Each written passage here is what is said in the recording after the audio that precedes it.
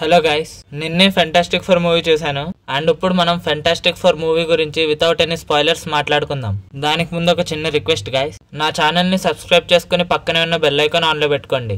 ఒకవేళ ఎవరైనా మూవీ చూస్తుంటే కింద ఎలా ఉందో కమెంట్ చేసి చెప్పండి, మీ ఒపీనియన్ కూడా నేను తెలుసుకుంటాను. అండ్ ఇప్పుడు మనం రివ్యూకి వచ్చేద్దాం. ఫస్ట్ మనం డైరెక్షన్ గురించి చూద్దాం. ఈ మూవీని డైరెక్ట్ చేసింది Matt Shakman. And Marvel Cinematic Universe లోని వాండా విజన్ సిరీస్ కూడా డైరెక్ట్ చేసింది ఈ డైరెక్టరే. అండ్ డైరెక్టర్ ఫెంటాస్టిక్ ఫోర్ మూవీని కామిక్ యాక్యురేట్ గా తీద్దాం అనుకున్నాడు.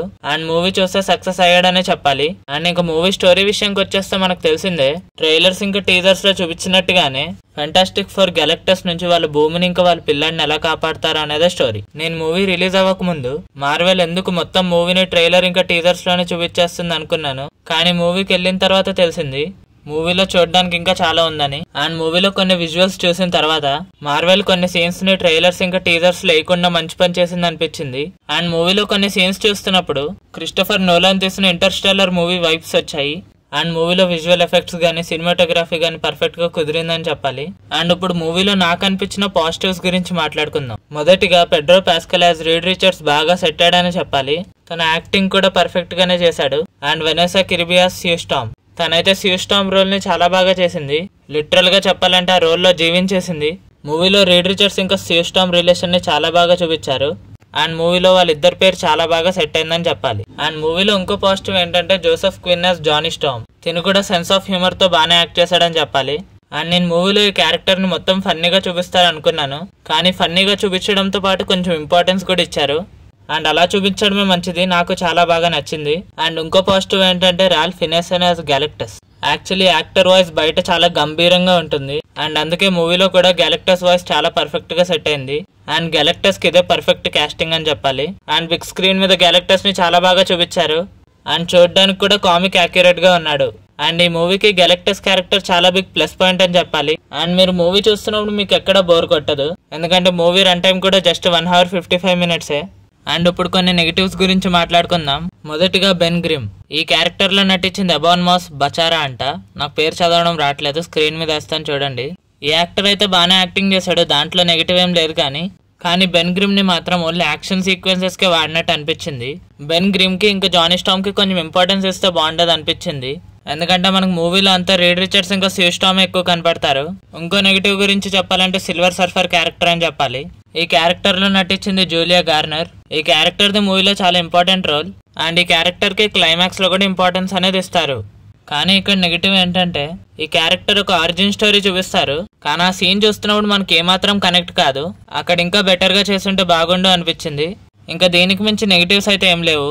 నేను చెప్పినవి కూడా పెద్ద నెగిటివ్స్ ఏం కాదు, ఇంకా బెటర్ గా చూపించుంటే బాగుండేది అనుకుంటున్నా అంతే. అండ్ మనం ఇంకో మెయిన్ క్యారెక్టర్ గురించి మర్చిపోయాం, తనే ఫ్రాంక్లిన్ రిచర్డ్స్. తను చిన్న పిల్లాడే కాబట్టి మూవీలో తనకి పెద్ద ఇంపార్టెన్స్ ఏమి ఇవ్వలేదు. కానీ ఫ్రాంక్లిన్ రిచర్డ్స్ కి క్లైమాక్స్ లో ఇంకా పోస్ట్ క్రెడిట్ సీన్ లో ఇంపార్టెన్స్ ఇచ్చారు. పోస్ట్ క్రెడిట్ సీన్ గురించి కూడా కాసేపట్లో చెప్తాను, ఆగండి. అండ్ ఈ మూవీ చూసిన తర్వాత మార్వెల్ మంచి కంబ్యాక్ ఇచ్చిందనే చెప్పాలి. థండర్ బోల్ట్స్ మూవీతోనే కంబ్యాక్ ఇచ్చింది అనుకోండి, కానీ ఆ మూవీకి అంత కలెక్షన్స్ ఏం రాలేదు.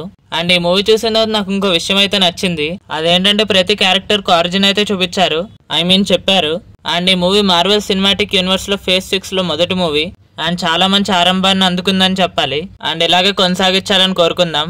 అండ్ నేనైతే ఫెంటాస్టిక్ ఫోర్ మూవీకి కొన్ని కలెక్షన్స్ వస్తే బాగుంటాయి అనుకుంటున్నా, ఎందుకంటే లాస్ట్ వచ్చిన థండర్ బోల్ట్స్ మూవీ బాగానే ఉన్న దానికి కలెక్షన్స్ ఏమాత్రం రాలేదు. సో దీనికి కలెక్షన్స్ వస్తే మార్వెల్ వాళ్ళు ఇంకా కాన్ఫిడెంట్ గా మూవీస్ చేస్తారు. అండ్ మరి ఫ్యూచర్ మూవీస్ ఎలా ఉండబోతుందో చూడాలి. అండ్ నాకైతే ఈ మూవీ చాలా నచ్చింది. మీరు రాబర్ట్ డౌనీ జూనియర్ కోసం ఫెంటాస్టిక్ ఫోర్ మూవీకి వెళ్తే డిసప్పాయింట్ అయ్యి వస్తారు, ఎందుకంటే మనకి మూవీలో ఎక్కడ ఆర్డీజే ఫేస్ అయితే చూపిరు. అండ్ ఈ మూవీ మీద మీరు ఎటువంటి హై ఎక్స్పెక్టేషన్స్ పెట్టుకోకండి, అప్పుడే మీకు నచ్చుతుంది. ఒక మార్వెల్ ఫ్యాన్ గా నేను సాటిస్ఫై అయ్యాననే చెప్పాలి. ఇప్పుడు మనం ఎంతో ఎదురు చూస్తున్న పోస్ట్ క్రెడిట్ సీన్ గురించి మాట్లాడదాం. ఇదైతే ఒక చిన్న స్పాయిలర్ అని చెప్పాలి, ఏం పర్లేదు, పెద్ద ఏం ఉండదు, వినండి. మనకి సీన్ స్టార్టింగ్ లో స్యూ స్టార్మ్ ఇంకా ఫ్రాంక్లిన్ రిచర్డ్స్ ని చూపిస్తారు. అప్పుడు ఫ్రాంక్లిన్ రిచర్డ్స్ కి 4 ఏళ్ళు వస్తాయి. అప్పుడు స్యూ స్టార్మ్ ఫ్రాంక్లిన్ రిచర్డ్స్ కి చదవడం కోసం ఒక బుక్ తేడానికి వెళ్తుంది. అండ్ తను వచ్చిన తర్వాత ఫ్రాంక్లిన్ రిచర్డ్స్ తో ఒక మనిషిని చూస్తుంది. ఆ మనిషి మరెవరో కాదు, మీరు అందరు అనుకున్నట్టే Doctor Doom. And Doctor Doom face name చూపిరు. అండ్ దాంతో ఆ సీన్ ముగుస్తుంది. థియేటర్ లో డాక్టర్ డూమ్ కనిపించినప్పుడు లిటరల్ గా అందరికి గూస్ బంప్స్ వచ్చాయి. అండ్ వాళ్ళు అరిసిన అరుపులకైతే థియేటర్ రీసౌండ్ వచ్చింది. అండ్ ఇప్పుడు పోస్ట్ క్రెడిట్ సీన్ మీద ఉన్న కొన్ని థియరీస్ గురించి మాట్లాడదాం. మొదటిది వచ్చేసి డాక్టర్ డూమ్ ఫ్రాంక్లిన్ రిచర్డ్స్ ని కిడ్నాప్ చేస్తాడు. ఎందుకంటే ఆ పిల్లాడుకున్న పవర్స్ డాక్టర్ డూమ్ ని కూడా ఓడించేయచ్చు. అండ్ తను కిడ్నాప్ చేసి ఎర్త్ 616 యూనివర్స్ కి వస్తాడు.